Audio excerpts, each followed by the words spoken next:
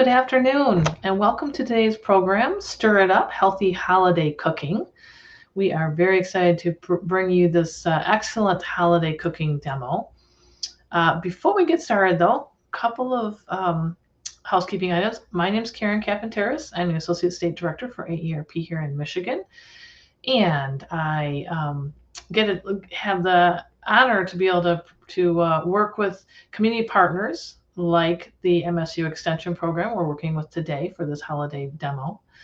If you like what you see and you want to either rewatch this one or you want to find out what other virtual events we have, please go to our virtual events page. You can get there by going to the AERP Michigan website and clicking on virtual events. And you will see upcoming events, the rest of December and January, and then you will see recent past events that you can watch on demand. So today, during our program, at any time, feel free to ask a question. And you can do that by putting a question in the comment section out there on Facebook and YouTube. And we will see those questions on this end. If you're having problems with viewing, please put in that you're having a problem. Often the problem is you need to refresh your screen. That often takes care of any video and any audio problems that you're having. Anyways, so we want to get right into it so we can give Angela plenty of time. I want to bring Angela Tate on from MSU Extension on the screen with me today. Angela is a community nutrition instructor from Michigan State University Extension in Jackson County. Her specialties include food budgeting, cooking tips for households of one, and physical activities for seniors. MSU Extension has low-cost or no-cost educational programs in every county on a variety of topics such as nutrition, food safety, mindfulness, agriculture and gardening, protecting our wetlands, and more. And we have, in the past, had some great presenters from MSU Extension on gardening with us. So we've done that for a couple of years now. So Angela, welcome. Thank you so much for having me. You're more than welcome. We're very excited about today's program, and I see that we don't have our second camera, so there may still be some issues going on there.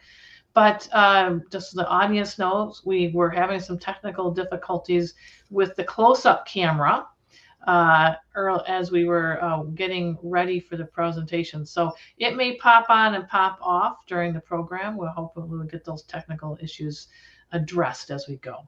So Angela, I'm going to go ahead and let you take it away, and so you have plenty of time. I'll be back on in between a couple of the various dishes to ask any questions that have come in from the audience as you're transitioning. Thanks, Karen. All right, so we do have 4 different recipes that we're going to make today, but the great thing about these recipes is that they all have some crossover ingredients to them, so that you can prep up your ingredients and have them ready for your next meal or your next snack. It's going to make cooking a lot less tedious. You can put in a little effort up front to have more for later. So, you probably heard the phrase, cook once, eat twice. So that's kind of what we're doing, except for hopefully you can eat 2, 3, 4, or 5 times instead of just twice. So we'll start with a breakfast recipe, kind of move our way through the day. However, these recipes could easily be used at any meal of the day. So you don't just have to restrict your eggs to breakfast, right? So 3 of the recipes that we will be using today are from Cooking Matters, courtesy of our Cooking Matters partners. So just wanted to give them a little shout out. And our other one that we'll be sharing with you today is from the USDA What's Cooking website, a little adaptation from one of their recipes. With any recipe, it is a framework, right? So just remember that any recipe you have is a framework. You can change it up to your liking. Add in spices, herbs, and seasonings that you would like to try or use. You can add different vegetables or fruits to them, of course, right? We'll talk about a couple little adaptations as we go, and you can keep in mind, think in the back of your mind, what might you change about this recipe to make it more for your taste buds? All right, so with any recipe, of course, first basics, we want to start with a clean setup, clean surfaces, clean cutting boards and knives. Of course, I'm going to wash my hands. We got to start there, right? And then we also are going to always wash our fruits and vegetables, of course. So we will start with our food safety. And then I got a fun little tip to show you here. You might see on screen here, I have a paper towel on the counter. And this paper towel is a little bit damp. Got the paper towel a little bit damp. Fun little trick that I learned a few years ago. If you put a damp paper towel down and then put your cutting board over top of it, it keeps it from sliding. So have you ever been cutting and your cutting board kind of moves with you? Well, now it will stick right to there with just a damp paper towel. So I love that trick. I have to give a shout out to my coworker for teaching me that one, of course. All right, so we are going to start with breakfast, our hearty egg burrito. First things first, we're going to chop up our vegetables. I like to have everything chopped up first because that way, when you're going to assemble your recipe, you don't worry about something getting left on the skillet and burning later, right? You're going to have everything ready to go. You can just throw it into that skillet or assemble it as needed. Now, I'm patting my vegetables dry. We just need to rinse them with some water. And then I'm going to pat them dry. If I pat them dry, it does keep them from kind of sticking to the knife a little bit. And also, it is part of the food safety process that we want to make sure that our vegetables and fruits are patted dry with just some paper towel. Let's start with our pepper. So I found that the most convenient way personally to cut a pepper is to cut off the top of it. All right, so we're just going to cut straight through that top. We'll be able to reach in and pull those seeds, which is pretty neat. So with knife safety, you'll notice here I have a pretty big knife. And in my classes in person, I'd be asking you, who has one of these at home? And then the second question would be, who uses it, right? Because a lot of folks are intimidated to use their large knife. The thing about the large knife is that it's actually safer. First of all, if you haven't used it, it's probably nice and sharp. So sharp knife's always a safer knife. Secondly, I'm able to cut across larger items. So I can cover that whole surface area. And I can also rest my knuckles against the blade. So I'm actually less likely to get those fingertips, right? So we're going to get a nice firm grip on the knife. I'm going to have more pressure closer to my hand. So I'm always going to cut through closer to my hand. This other hand, my non-dominant hand, fingers are always going to be curled under. We call it the claw. You're going to make that claw. All right. And then we're going to cut down and slightly away. So I'm going to push that knife a little bit towards you, just a smidge. All right.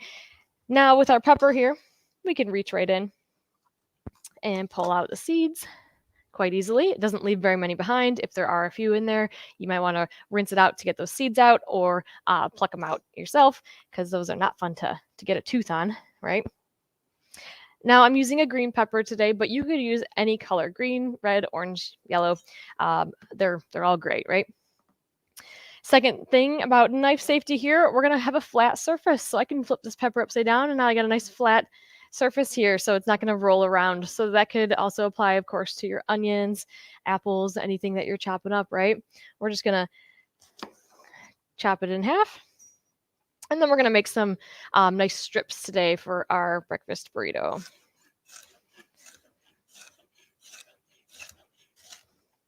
So you'll notice I'm keeping the tip of the knife down the whole time. Knife tip down, push down a little bit away, and then roll it back. So this knife actually almost never leaves the cutting board.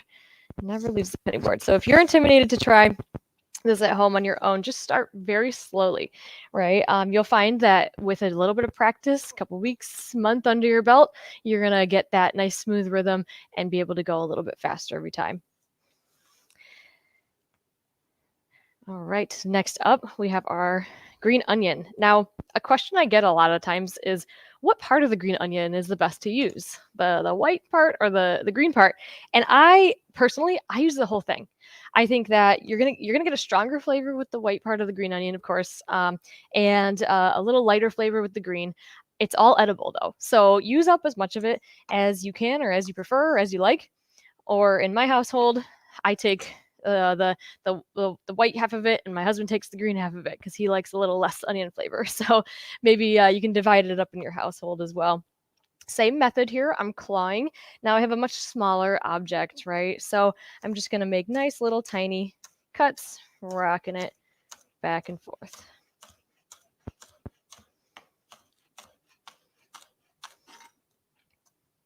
And again, use up all of as much or as little green onion as you want. Now, the great thing about things like peppers, green onions, I might be able to chop up a few green onions and chop up this whole pepper, and I'm not going to eat it all at that same time, but I have it ready for later. Why, lug out the cutting board and the knife later when I can just do it all right here, right now, and have it ready for my meal for later or for tomorrow morning. The last little one I want to show you is we are going to be putting some cilantro in our burrito. So with chopping up any herbs and spices, you want to make sure that they're nice and dry, because if you start chopping them while they're wet, they'll kind of just stick to the knife, and it'll be really hard to, to manage. So you're going to pat these nice and dry with some paper towel. Then with your spices or herbs, so maybe basil, cilantro, whatever it is, I like to roll it up kind of nice and tight.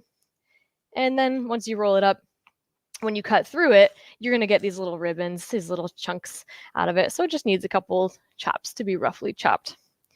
Now, using flavors like cilantro, green onion, these are great ways to add flavor to your dish without having to add extra salt. All right, so we have our cilantro, green onion, and pepper all ready to go. Now let's prep up our eggs. All right, so we're just going to do a basic scramble here.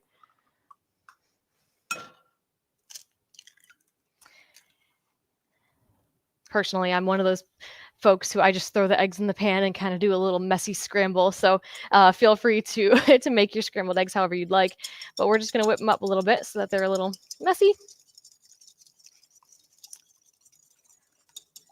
And we're also going to add a little bit of seasoning to our eggs today.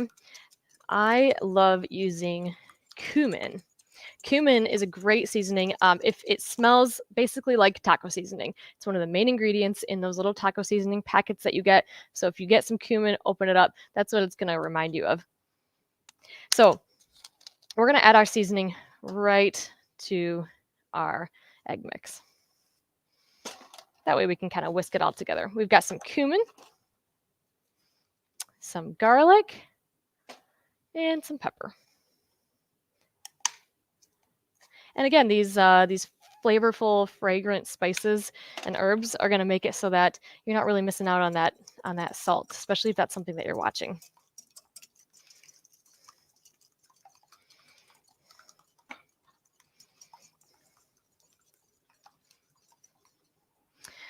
Now I have a handful of cooking oils waiting here for me. And we can use any variety of these during our recipes today. So I have some olive oil cooking spray, some vegetable oil, and some light cooking olive oil. So you can use whichever of these oils that you'd like to use when you're cooking.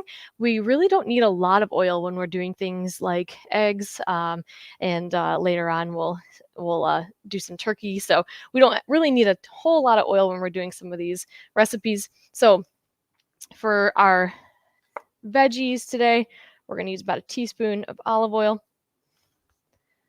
Teaspoon's going to be about the size of the tip of your thumb or your thumbnail, so you can always do a little check as you're putting it in there if you don't have a time to grab that measuring device. And we're going to throw our peppers in to get them a little bit soft. Of course, if you like your peppers a little crunchier, you could put them in raw. Now, we're also going to add to this mixture today some black beans.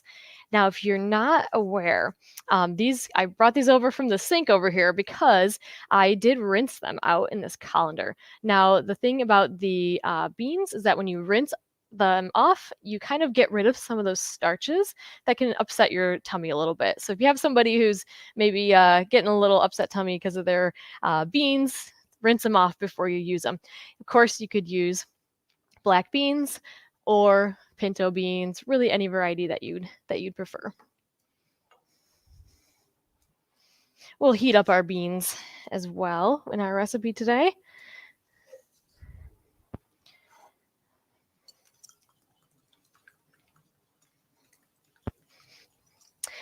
Now, a couple stars of our recipe, and we will use these later on as well. Reduced fat, sharp cheddar cheese. Anytime you can cut those couple little grams of fat in the cheese, definitely go a little bit, go a long way, right? So reduced fat cheese, especially in a recipe like this, I find that I don't even miss it, right? So you'll see us using some low fat dairy products today, such as the cheese, and we also have whole wheat tortillas. If you've never tried a whole wheat tortilla, I just love them. I think they have a nice little nuttiness to them.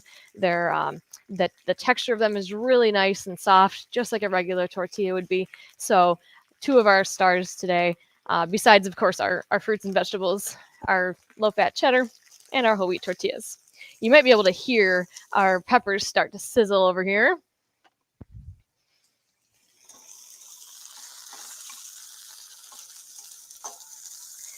We just want to soften them a little bit up.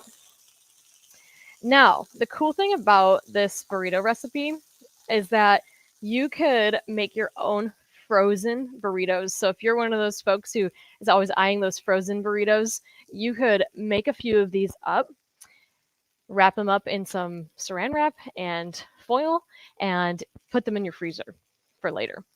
So then you can throw them in the microwave. Of course, take off that tinfoil and that saran wrap, but you can throw them in the microwave after, or your toaster oven, and you've got breakfast to go. So make your own take to go frozen burritos. All right, we're going to go ahead and throw our eggs in there.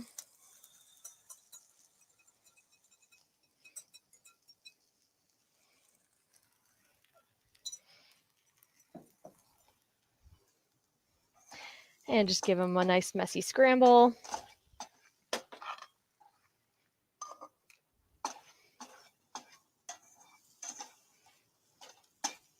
And remember, we already put that seasoning into the eggs.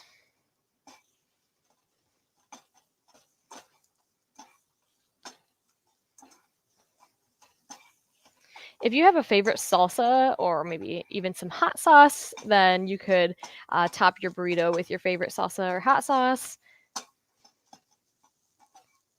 Your favorite vegetables. I do have some chopped up tomatoes here. Maybe you want to add some tomatoes to your burrito.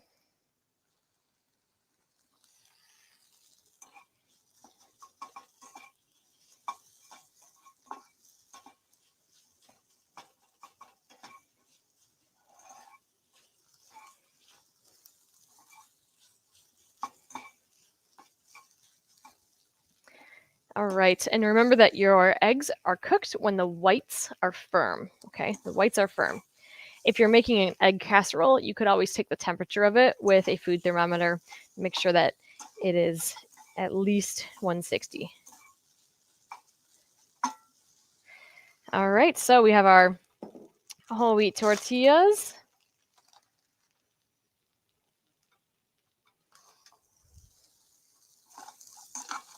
Throw on our burrito mixture. Make sure we get some of those bright green peppers there. Hopefully you can see them. They're nice and bright green. That's what I love about cooking greens. They turn this bright green color when they're ready. We'll top it with some cilantro and some green onion. Probably two of my favorite flavor additives, just the cilantro and green onion. Not only are they flavorful, but they're also very nutritious for us. They have a lot of nutrients and potassium and antioxidants for us.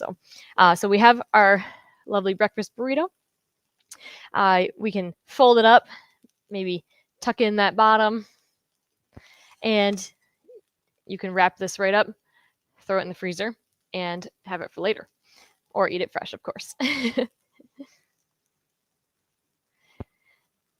So, of course, think about what you might want to add to yours at home. What kind of additions would you make? What kind of seasonings or flavors would you add?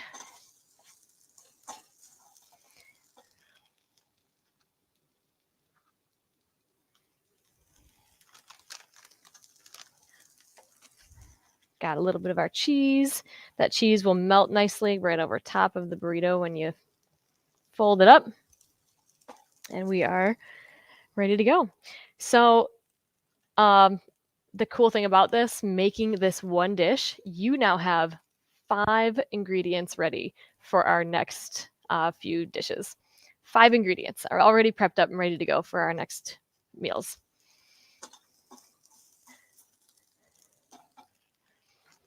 Do we have any questions or comments, Karen? Yeah, that looks oh, we got on. Oh, there we go.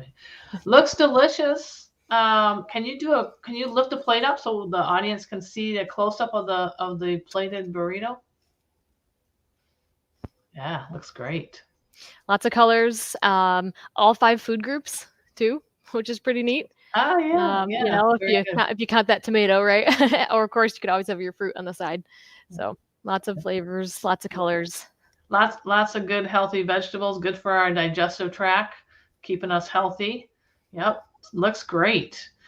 So we did have a couple of questions, and one that actually I had that was, you said at the very beginning that you were patting the vegetables dry to help with food safety. How does that help with food safety? Yeah, so when you wash your vegetables, patting them dry actually kind of finishes off that food safety aspect of making sure that we're rinsing off, you know, the extra dirt or anything that could be on those fruits and vegetables. Okay. So again, just damp paper towel, or a dry paper towel will do just fine to dry off those veggies. It also makes them a little bit easier to cut, and it takes away moisture too. So if you're going to bag up your peppers to save them for a snack for later, it's going to take away that moisture so that they're going to stay fresher a little bit longer as well. Gotcha. Well, you go ahead and clean things up. Get ready for the next one. I'll keep asking a couple of questions. Sure. So Sue asked, did you put the beans right in the skillet with the peppers? I did, yes. Yep, you can just throw the beans right in there, had them rinsed off, ready to go. And now we have them the rest of them ready to use for another recipe. So, yep, just throw them right in so that they could just heat up a little bit, you know, that way kind of you get that warm mouth feel throughout. You didn't get any cold pockets. Yep. And those were canned beans, right? Not dried. Yes, they were. They were canned. You could always do your own dry beans, of course, you know, soaking them and preparing them ahead of time. But yep, I just got a low sodium can of black beans there. Yep. Excellent. All right. And then Pamela wondered if it's okay to freeze the extra chopped peppers and onions for a later meal. Absolutely. That's a great idea, actually. Peppers and onions freeze very well, and they don't even need to be blanched or really prepared in any way. You can just throw them in a freezer bag or freezer safe container and put them in the freezer. That's actually something that we'll do in my household, and then we'll dump them into the skillet frozen, and then you just heat them up right in the skillet right there in the morning, and you've got your burrito ready to go, or however you want to make your eggs. Of course, you could just do a scramble. But yes, absolutely, peppers, onions, great way to have a quick meal for later is to freeze, chop them all up at once, freeze them for later. Okay, and it looks like you're about ready. Let me just ask one more question related to Sure, this yeah. this one, and we're almost halfway through our time, so we may need to speed up a little bit. Okay. But Pat asked, how do you warm up the burritos after they're frozen? You said in the microwave. Yeah, so you're gonna want to unwrap them and then microwave for about a minute, depending on how much filling is probably in them. Otherwise, you could also throw it in a toaster oven or oven for about 5 minutes. I do know that the recipes that we are providing and on cookingmatters.com, where this recipe came from, it does have specific directions for the burrito for thawing it. Okay, great. All right, well, it looks like you're ready, so I'm going to disappear again. Let you take it away. Sure, thank you. All righty. So this one is much quicker. And the great thing about that is because half of the ingredients are already prepared for us, right? So we are making a mango chicken wrap for lunch. Okay. So we're going to use those whole wheat tortillas that we had. And, you know, maybe you have this the next day if you're getting sick of those tortillas, but hopefully you're not, because they're so handy to have. Now with this wrap, the special thing about this wrap is the spread. So get this, we have a peanut butter soy sauce spread for this recipe. So we're gonna do a couple tablespoons of peanut butter, a couple teaspoons of soy sauce, and then a little bit of cream cheese. And we have a low-fat cream cheese today. We have a low-fat cream cheese today. And sometimes you'll find that cream cheese is called Neufchâtel. I'm probably not saying that properly, but you'll find that it might be called something a little different on the store shelf. So just, you can read those ingredients, but it should be right there next to your regular cream cheeses. And the great thing about the low-fat cream cheese, again, just like with that low-fat cheddar, you still have all of the flavor, but you're saving yourself just a couple little grams of fat there. So if that's something that you're watching, then that's all right. Soy sauce. All right. Peanut butter and soy sauce. Who would have thought? This is a fantastic combination of flavors. So, with this mixture, the cream cheese, you might want to soften a little bit. Of course, the best way to soften it is to just microwave it for a few seconds. And that peanut butter gets a little softer too. So, you can mix it all together. It's not the prettiest looking thing, let me admit. It's, mushy peanut butter, but it is delicious, I promise you. And I can tell you, this is one of our favorite recipes in my cooking classes. I always start with this recipe in the first class I do, and it's just a great one because people don't expect it, right? They don't expect their taste buds to be blown away by the combination of the soy sauce and the peanut butter. We did use a reduced sodium soy sauce there, so that could be something to make sure you have in your fridge.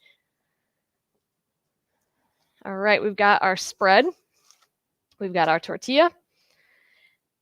And this could be one that you just assemble up as you go, so you can make a decent amount of spread ahead of time, and then just assemble the cream cheese, peanut butter as you go.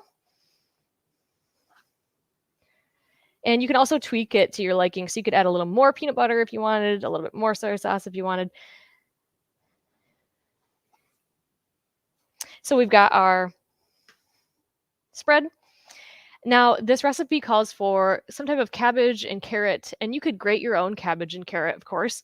For simplicity of this recipe, I like to use just a bagged coleslaw mix. You could also use a bagged, any type of bagged lettuce mix that you like, if you like arugula or spinach or anything like that.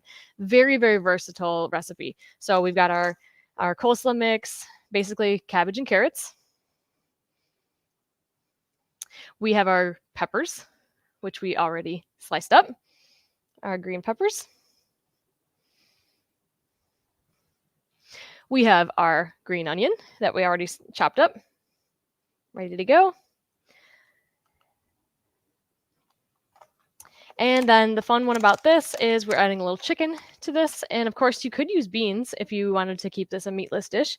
But we have some roasted chicken. And I am using a pre-roasted chicken from the deli section. Now, you're always going to want to look at those ingredients, just check in with the things like the sodium and the fats on items like this. But I found that this one goes really, really well. You could also cook up a bunch of chicken ahead of time, of course, roast it, bake it, or even put it in the crock pot and shred it. And then you'll have your chicken ready to go just to assemble. You're just going to put it right together on this wrap. And again, it's really the star of the show for this one really is that peanut butter cream cheese sauce. So a couple tablespoons of peanut butter, a couple tablespoons of cream cheese, 2 teaspoons of soy sauce, reduced sodium if you have it. And then really, again, you can mix up these vegetables if you want. But we already had some peppers left over from breakfast, so we threw those on there. We had our chicken cooked up. We had our green onion chopped up. And you could also add some, if you wanted to throw on some cilantro or basil or anything to shake this up, you could. One of our favorite recipes for sure. All right, I'm back. We don't really have any questions except for, was there supposed to be mango on that? Oh, yes. Thank you. Mango is one of my favorites, so I was like really missing it. Thank you for the reminder, Karen. And actually, yes, this is partly why my coworkers actually love this dish. So whenever I make it, they're like, looking at it. And that is definitely one of the reasons why, because of this mango. So let's look at how to cut this really quickly. If you're intimidated by mangoes, you could absolutely use peaches, pineapple. You could buy frozen mango, or there's even canned mango now. So the great thing about this recipe is that if you're not quite ready to tackle the mango, you can always do the canned or frozen option. A fresh mango, a ripe one, is going to be slightly, you can kind of push into it just a little bit to the touch, not too soft, not too firm. We're going to claw that hand. You're going to cut down, and then you're going to hit a really hard pit right in the middle. All right. When you hit that pit, you're going to go a little bit to the side and just kind of follow that pit, sawing with that knife. And you're going to have a little slice, we call it a mango cheek. All right. Mango cheek. So that slice off of the mango. And I like to quarter it. And then honestly, you can usually just take your hands and kind of squish off the mango. This one, I'd probably want this one to be a little bit more ripe than it is. We're actually entering into mango season soon here, so you should be able to get a nice ripe mangoes shortly. And you can peel off the mango, kind of digging your thumb in there to get your mango out of there. Just like with any fruit, you can slice it up. You could even try this with apples. But I definitely have heard folks using peaches and pineapple with this recipe. Thanks, Karen. Now we're adding a little bit of yellow color to our dish. Yellow Chicken or and orange. mangoes are delicious together, yes. So excellent. So Johnny asked if you could use veggie chicken instead of regular chicken. Absolutely. You could use any protein with this dish. I've had folks use even chickpeas, which kind of have a nice hearty texture, kind of like chicken. You could use absolutely use a meat substitute or beans with this recipe. Excellent. All right, you go ahead and clean up and get ready for the next one. And I'll look and see if we have any other questions.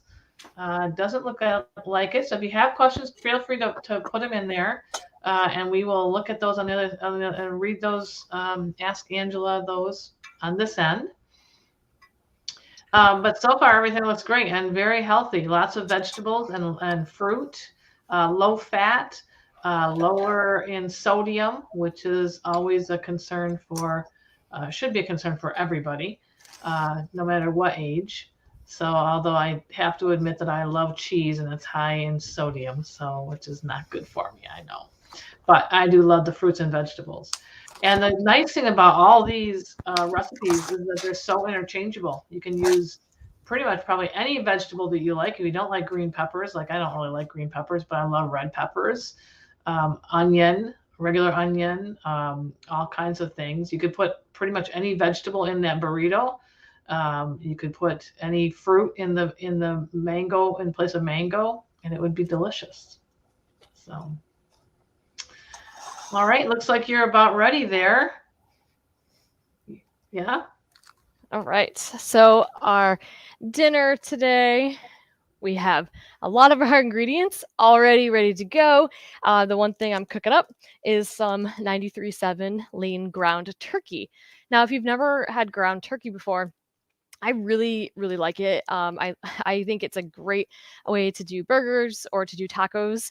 If you're a little hesitant to try some turkey, the ground turkey, don't worry. You can mix a little bit of ground turkey in with your lean ground beef, and that way you kind of have a little bit of both, and maybe your taste buds will be able to kind of get used to that turkey a little bit. So if you're hesitant, just go ahead and mix that ground beef and turkey together. The great thing about this, it is 93% lean and 7% fat. If you're able to get a ground beef that's this lean, that's also a great option. So we have our coleslaw mix from lunch. And you've got this whole bag of it. You got several cups of vegetables here. We want to try to get in 2 cups of vegetables a day at least, right? So you have your cabbage and carrots ready to go. You could, again, use any lettuce or any type of green that you'd like for this recipe. We have our beans from earlier, our black beans we're going to throw in there. And of course, always cilantro, green onion, 2 of my favorites. Maybe I'm a little biased. We have our low-fat cheddar cheese. We have our tortillas, but you could also do chips if you wanted to maybe do more of a taco salad. So we can make tacos in hard taco shells, soft tacos in our whole wheat tortillas, or crush up some chips on top. I personally love doing a taco salad where I'm crushing up the chips on top. It really helps with portion control to, you basically, you can have your ounce of chips as your serving size, potentially, and it really does help watch the sodium there, because the chips can be full of salt. That's another reason why we don't need to add a lot of salt to our recipe if you're going to have those chips on top. So I always like doing the crunchy chips on top of my taco salad personally. So the fun thing about this recipe is you're going to grate vegetables directly into your meat. All right, so in the recipe you'll find you could do grated sweet potato, grated carrot, grated zucchini. Zucchini has very, very little flavor. All right, let's be honest, it's very watery, doesn't have a whole lot of flavor. It's really just going to take on the flavors of what you're cooking it in, and we're going to add a lot of great seasonings to this. So we have our zucchini. I'm just going to chop off the ends. And we're going to give it a little grate. And again, you could grate the whole thing and only add in a little bit to your turkey mixture here. And you could freeze the rest for later, or put it in the fridge for later. Very simple. I just use my cheese grater for our grated zucchini.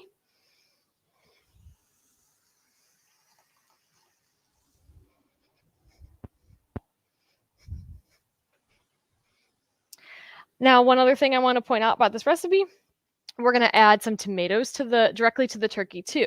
So I do find that one of the comments I get about ground turkey sometimes is, people are like, oh, turkey's a little bit dry.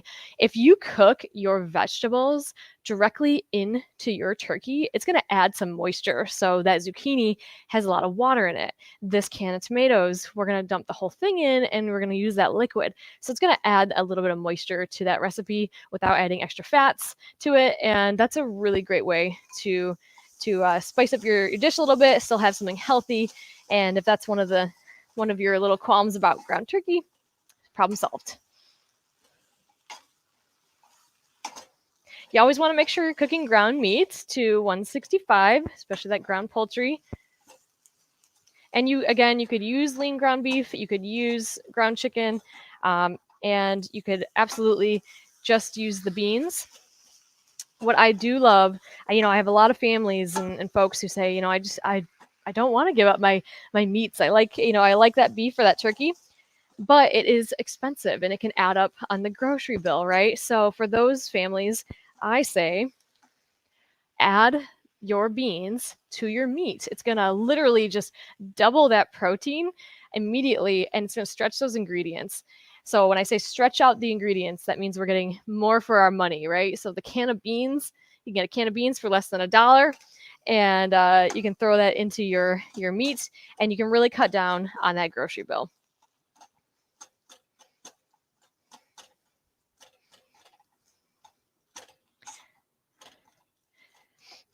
Let's talk seasonings for this. You could absolutely get a taco seasoning packet. And we talked about the taco seasoning before with the cumin kind of being the star of that. But the thing about those seasoning packets is even if you get a low sodium seasoning packet, sometimes there's still a lot of salt in there, right? So if you make your own taco seasoning at home, you can control that amount of salt in there. So we have our cumin, of course, right? We have black pepper, we have garlic. You could even use fresh garlic or the minced garlic for a little extra pop in there. We're going to use some chili powder. So you, of course, make this to your liking at home, depending on how spicy you might want something. We have some oregano, which a lot of folks have in their pantry because it's used in a lot of Italian-inspired dishes.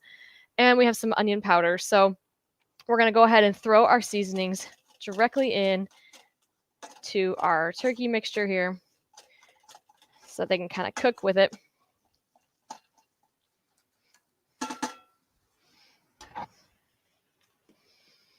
So our chili powder is going to be our highest ingredient here, but again, you might want to make this to your liking.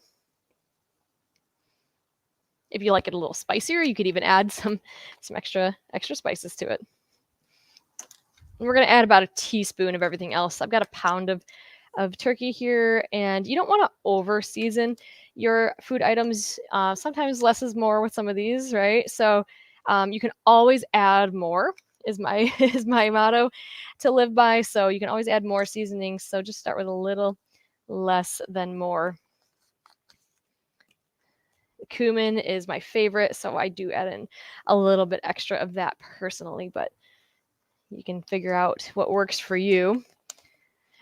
If you're hesitant to try any new spices, sometimes these can also add up to that grocery list, right? So you can find spices at discount stores like Aldi or the dollar store or Dollar General.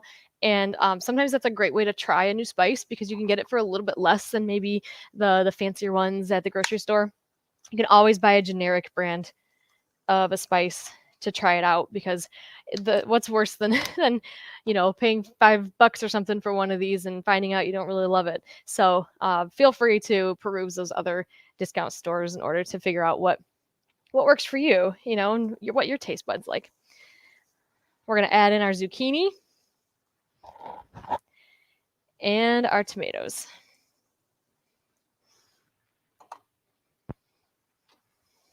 So already we've added in a lot of green and red, beautiful colors.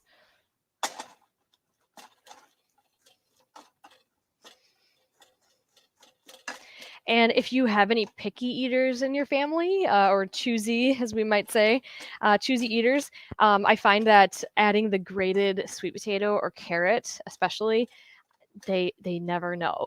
They never know that grated vegetable is in there. You could also do this trick with pasta sauces, adding a grated vegetable into your pasta sauces. And maybe even for you, if you're kind of hesitant to maybe try something new, or maybe you're struggling to get vegetables in, they're just not working for your palate, or they're difficult to chew, this is a great way to add in vegetables by grating them up.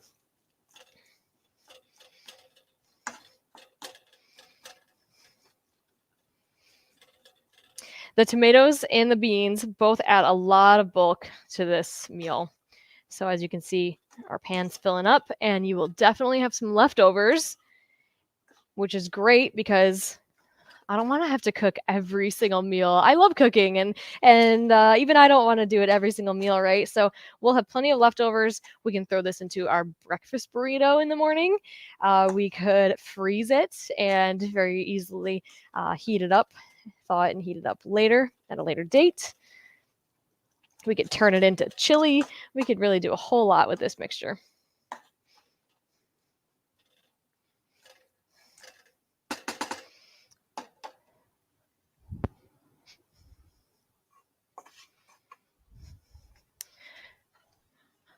I always like these clear bowls because then you can see the nice color of everything, right? So we've got our turkey mixture. Got grated zucchini in it, our can of tomatoes, beans, our seasonings. I can really smell that cumin right now. I love that. And if you don't love a lot of cilantro flavor, but you want a hint, you could add the cilantro in as you're cooking, and it'll soften it up a little bit. It won't be quite as strong. So if you have some folks maybe that you're cooking for, or maybe for yourself, where you're not a lover of cilantro, but you want a little bit, cook it into the meal instead of putting it on top. It's going to soften that flavor just a tad.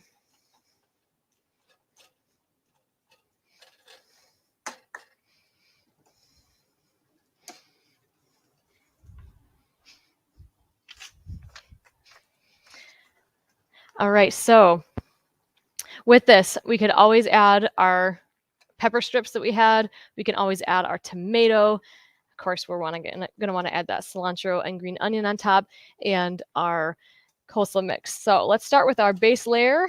Get a little bit of meat in there. And there's already a bunch of vegetables and good proteins in our meat layer. We're going to add that little bit of coleslaw on top, or our lettuce, really any lettuce you could use. Add a few strips of our fresh pepper and tomatoes. I know some folks like the fresh tomatoes and the canned together. It adds just different little textures, right? We will add some green onion. I do love cilantro. I know not everybody's a big fan, but I'll add some cilantro on top there. Of course, we want to add a little bit of cheese. You could melt your cheese right into the recipe or throw it on top. And then we'll crush up some chips. And again, very easily could put this into some corn tortilla chips or into our whole wheat tortilla. So we have our beautiful taco salad here. You could have a lot of additions to this. You could add your favorite salsa. You could add some sour cream. One of my favorite tips about sour cream I'll share with you today is that you can use plain Greek yogurt as a substitute for sour cream. You can get it in a little small container, kind of similar to that sour cream size container. So if you're a little hesitant to try that one, grab a little tiny container of plain Greek yogurt and add it on top of your tacos or anything else that you would add sour cream to or use sour cream for, and try that out and let me know how it goes, because that is a fun one. I can get anybody to eat a sour cream substitute dip or on top of tacos. Teenagers even, they have no idea. So that's a fun one, and you're gonna get some more nutrients with that sour cream or with that Greek yogurt versus the sour cream.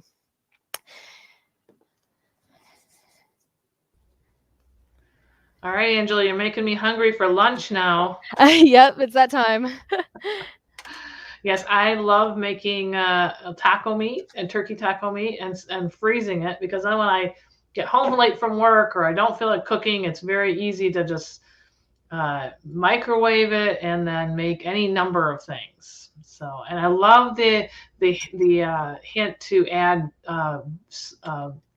grated vegetables. I know that I do that a lot, especially like grated carrots to any kind of tomato-based thing like spaghetti or chili, because tomato always had a little bit of that acidic flavor, and a lot of recipes say add sugar. I just add a little grated carrot, and then it adds that little sweetness that you need. So we do have a couple of questions. So Gloria asked, are canned veggies as healthy as frozen when the fresh vegetables aren't an option? That's a great question. We want to get vegetables in any way that we can. So fresh, frozen, or canned. When we are purchasing a frozen or canned vegetable, we would just kind of watch out for the sodium. Usually it'll say nice and big on the label, but you could also check those ingredients to see if there's added sodium or salt to it. So any is a good option, and really they can be used for different recipes or different textures that you might be looking for. So any way you can get those vegetables in, any way you like to store them and keep them in your house, if that works better, whichever one works better for you. I've had people tell me that, my fridge and freezer is really small, so I can't put a lot in my freezer. They'd rather, put the turkey mixture that we made in the freezer in a container, and then have their pantry has a little more room, and they've got some canned vegetables there for later. So it really just kind of depends on what works for you, but absolutely eat whatever you can. Eat any vegetable you can. Yeah. How about what Debbie asked, what is the best way to wash fruits and vegetables? I think she's asking, should you use any kind of solution or just water? What's the best way? Yeah, just water is fine. Yep, cold water is great. I know people ask me about those veggie washes sometimes, and if you look at them, I think most of them are just vinegar and water. So if you wanted to use a little like white distilled vinegar, you could, but absolutely, just water is great. Yeah, vinegar is a very good cleaner. All right. And in place of fresh cilantro, can you use dried cilantro? Absolutely. So dried cilantro is going to be a little bit more mild than the fresh cilantro. And it is a great thing to have on hand. That way, if you want to whip up some tacos or taco and flavored items, and you don't want to go to the store to purchase that fresh cilantro, absolutely, you could use the dried cilantro. It's definitely going to be, if you're used to the dried cilantro, just know that it's going to be a little more muted flavor than the fresh stuff. All right, looks like you're ready for our last dish, so I will disappear again. I'll be back at the end. Great, thank you. All right, so our last one's a fairly simple one, but again, I like to keep things simple but effective. So we're gonna do a yogurt parfait here, just talking about a couple little tips I've come across in my days of cooking for folks. So first one is we got some Greek yogurt here. I love using Greek yogurt. Typically, I will buy it in a large tub like this because it is a little bit less per ounce. However, if you're not going to go through it in about a week to 10 days, then you might want to buy the individual ones so that you can make sure that you use them before they spoil, of course. But the larger tub of Greek yogurt, I usually have a vanilla in my fridge at all times and a plain in my fridge at all times because I can throw the plain and the vanilla. I can either mix them together to cut down on some of the sugar in the vanilla one. I can use the plain yogurt in my tacos in any recipe that calls for sour cream. Maybe I'm making a dip with it. And I can also use my vanilla yogurt very quickly with some cereal or maybe some oatmeal when I top that off with a little bit of yogurt. So I like to keep both the vanilla and the plain on hand. So feel free to keep your own flavors on hand for whatever you're making. So we've got some Greek yogurt, Greek vanilla. And again, you could mix that plain and that vanilla to cut down on some of those sugars. And we're going to do a simple little parfait. I say it's simple. However, if you have a sweet tooth, this is a great way to kind of curb that sweet tooth and still get in a ton of nutrients. So of course, we have protein and calcium in our yogurt. We have some frozen berries. So keeping frozen berries on hand year round is a great way. You can add these to your oatmeal. You can add these to your parfait or to your cereal or your smoothies, anything that you want to add them to. So again, it kind of goes to like having those things on hand, stored either in the pantry, maybe you like peaches, you want to do canned peaches, right? So keep those handy things ready for these recipes. So I thawed some frozen berries. I threw them in the microwave in this microwave safe container and heated them up a little bit and kind of mushed them a little. And then a lot of people, when they think parfaits, they think granola, and a lot of recipes call for granola.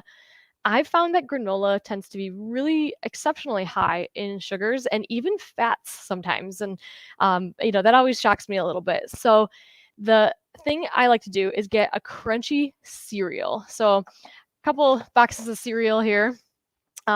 Any crunchy cereal that kind of has maybe some clusters to it. If you like nuts or seeds, you could get almonds or sunflower seeds. I just really enjoy getting a cereal box. The best thing about getting a cereal box versus a granola is you're going to spend less. These cereal boxes cost, a couple dollars each, whereas you're going to get a little bag about half the size of granola for maybe even more than what you would pay for this. So I find that the cereal is a little bit more versatile while also cutting down on some of those added sugars and fats. So you can really assemble your parfait any way you'd like. I'll start with some yogurt at the bottom, and we'll layer in our berries. Got some nice, rich, deep colors. And you could prep up the yogurt and the berries ahead of time, and then in the morning, throw your crunchy cereal on.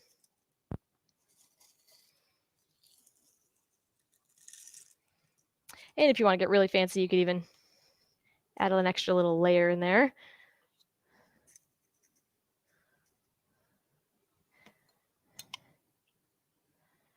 And this could be a fun thing. The holidays are coming up and maybe somebody needs you to bring a dish or a dessert to pass. This could be a little make your own parfait bar. You could bring a few different ingredients out and people could kind of assemble their own. So we've got some nice rich colors here, the blues and reds from the berries, yogurt, and our cereal. Simple, effective way to get that sweet tooth, to get some nutrients in. You're getting vitamin C from the berries and some fiber. You're getting that calcium and protein from the yogurt. You're having very, very little added sugar here because we have the berries have no added sugar. And there's a little bit in that yogurt, but again, those portions, or you could cut it with that plain yogurt.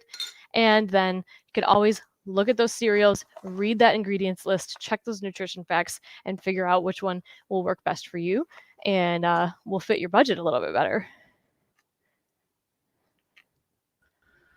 Wow, you made an entire day's worth of food for us. So thank you so much. I I have to be honest, the one thing that threw me was the peanut butter, soy sauce, and cream cheese mixture. You were making that. I thought that is the strangest mixture, but it kind of sounds good now that I kind of think about all those flavors and how together. So I'm gonna have to give that one a try. Yes, Um, that one is definitely a surprise to most. But then when you find some other Asian inspired dishes, people do peanut butter noodles or peanuts on top of things like pad thai. And so when you start to kind of think about it that way, you realize, oh, I might have already had a mixture kind of like this already and not even known it. So. yes. So yeah. So all right. So if there's any other questions, please put them in the comment section now. We just have Angela for another couple of minutes.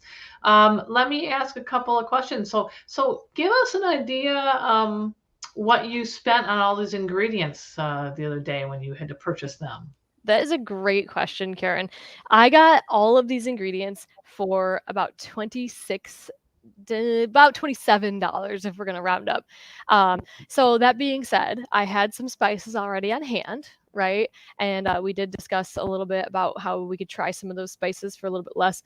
So I had the spices and the cooking oils on hand. Great to have some of these things in your pantry so that you can experiment a little bit with meals. But really, the beans, fruit, turkey, all the vegetables, it all came together for about $27, and I have food for quite a few meals just for my own self. Got cereal for days, right? So. Yeah, very, very economical. So thank you for um, sharing that. All right, so I have a question from Joan, and so she asked, the peanut butter soy mixture, was it 2 tablespoons of each, or how were they proportioned? Yeah, I like to do an even amount of each, so half peanut butter, half cream cheese. That's going to be for a little bit heftier peanut butter flavor. If you're kind of want to go a little mild on the peanut butter, you could go a little less. And then 2 teaspoons of soy sauce, so much less soy sauce. And again, you can very easily try that out, taste it, see if you want to add more peanut butter or more soy sauce or more cream cheese to your mixture, and really just make that to your liking. And to reduce that salt even more, they could use coconut aminos. Sure. Yeah, absolutely. That would definitely be one I'd want to check the label on, just to make sure and see those. But yes, that is an alternative for soy sauce, and especially if there's an allergy that you might have or you might be fixing for somebody else. Yeah. All right, great. Well, we don't have any more comments, and we're just about out of time anyway. So I want to say thank you so much. Everything looks delicious. I'm going to have to go figure out what I'm having for lunch now because you have my mouth watering. So thank you to, let me see.